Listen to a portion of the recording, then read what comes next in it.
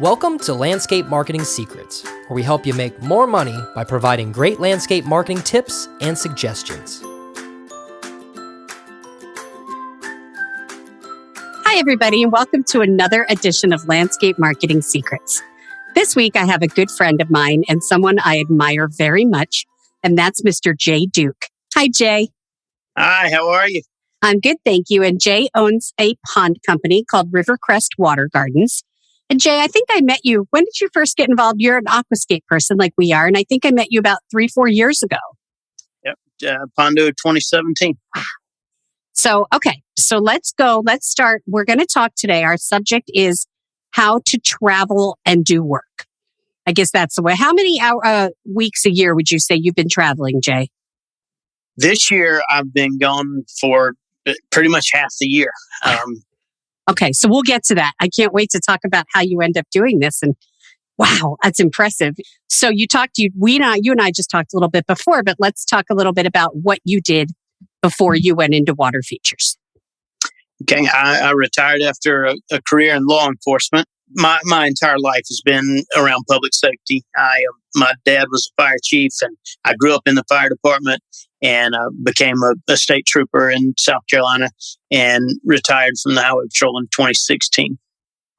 And did you have any experience? It's weird. I know a lot of firefighters or cops that become landscapers / pond builders. Is there a reason why, or is that just who I know? No, there's a very good reason why, especially the further south you get, is because you can't make it and support a family on a salary in public safety usually. The further south you get, usually the worse the salary is. Around 15 years ago, we started working 12-hour shifts. And when you work 12-hour shifts, we'd work 8-hour shifts for many years. And when you go to a 12-hour shift, those days are longer, but you're off, it feels like half the year. Right. It's like a nurse. You work the 3, right. So you had the time, so that's how you got involved in landscaping. I actually had a landscaping business, if you could call it a business, when I was in high school. But okay. I started in high school and still have some of my original clients from high school. Why can I see this? So how did you end up then, first of all, in water features? I have been fascinated with water my entire life. I could literally swim before I could walk. Just have always loved water. But in January of 2017, I was at a Techo Block conference and had just happened to be walking down the hall and bumped into the one and only Greg Whitstock. And when I saw Don't hold that against you. I had seen the Stanley Genedek videos of Aqualand, so I knew who Greg was. And it's crazy. I know plenty of people who had gotten Aquascape magazines for years, or the pamphlets and stuff for years. I'd never seen one, never heard of one. But I saw the Stanley Genedek video, and when I saw Greg, I was walking down the hall, and I said, "How you doing, Greg?" And he literally stopped in his tracks, and he said, "Hold on, how do you know me and I don't know you?" And, just a real quick story of who I was. And he said, "Wait a minute, you're from South Carolina? Come with me." And he walked me down the hall and introduced me to Jay McCormick. Oh, Jay. Jay's a great guy. But, Jay introduced me. Okay. That's interesting. I didn't know that. Yeah. So let's go forward. Now it's been 4 years. Right. Rivercrest Water Gardens is your pond business. But the reason I wanted to interview you today is because I feel like you're constantly on the road helping other pond professionals.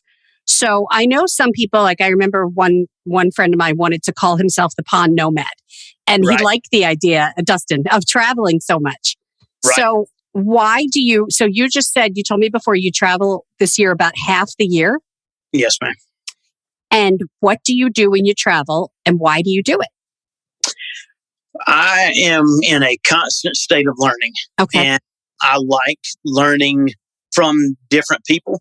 I like learning different formats. When I was in law enforcement, I ran our tactical team for the state. And I found that anytime you just develop one way of doing things in a super stressful situation or a unique situation, you're stuck in a box of only being able to do it that one way. So when I started learning how to build water features, I wanted to learn everything that I could from a lot of people and be able to blend it all together and develop my own style. I didn't want to copy any one person. And I know you're probably going to be shocked by this, but I'm a people person. No. And I thoroughly enjoy getting to meet and learn people. And I like to learn their style and their way and their reasons for doing things. And just get to know people. So it started off like that. And like I said, this year I've traveled more than most other years combined. I love to work. I physical anything I get excited about. And it's just hard work. I don't think it's ever hurt anybody, but I get excited about it. So I try to give people way more than they're expecting as far as they're planning to work an 8-hour day. I don't mind working a lot more than that. So just to traveling and meeting people and told them, said, look, I mean, the first 2 years, I didn't get a dime. I said, listen, if you just let me come work on your job, I just want to learn. So let's just reiterate that for a minute. So the way you learned about ponds was by working with others and not getting paid for it just so you could learn. Is that correct? Yes, ma'am. And now you have very valuable skills and now people pay you to do so. Yes, ma'am. And but it's not all about the money. Unfortunately, it takes money to make things go around. But at the same time, I spoke with another pond guy tonight about a charity build for a fallen law enforcement officer. And I was like, absolutely, sign me up. You're everywhere. It's impressive. Are you going to pond camp? I am. Yeah, RVs, I'm out. So, Jay, what would you say is the hardest part about traveling so much? I think I know the answer. For me now, I have 5 children, and you have that many? Yes, ma'am. But they're not. Most of them are not children anymore. I just knew about the 2 girls. Okay, right. Riley is 4 years old, and the other kids are all much older, and I miss the majority of their life because in law enforcement, you miss a lot of important days and times. And I swore when Riley came along, I said, I'm going to do better and I'm not going to miss anything. And I do my best. Like this next week I travel, but she has a dance event on Saturday morning. So I'm taking a red eye out Friday night to be home that day. Good dad. So you're trying to do both now, trying to be there at home for her and trying to learn, grow your business and make money. Yes, ma'am. So what advice final question, what advice would you give to anyone else looking to learn about water features or landscaping or travel? How did you start? How did they start? You kind of have to, I had to plan because obviously if you're going to put it out there that you don't mind coming and working for somebody for experience, and so you have to plan financially to be able to do that. Okay. The first few times I drove wherever I was going, and I literally didn't ask anybody to cover anything, and just let me come be labor. Now, why didn't you take advantage of that?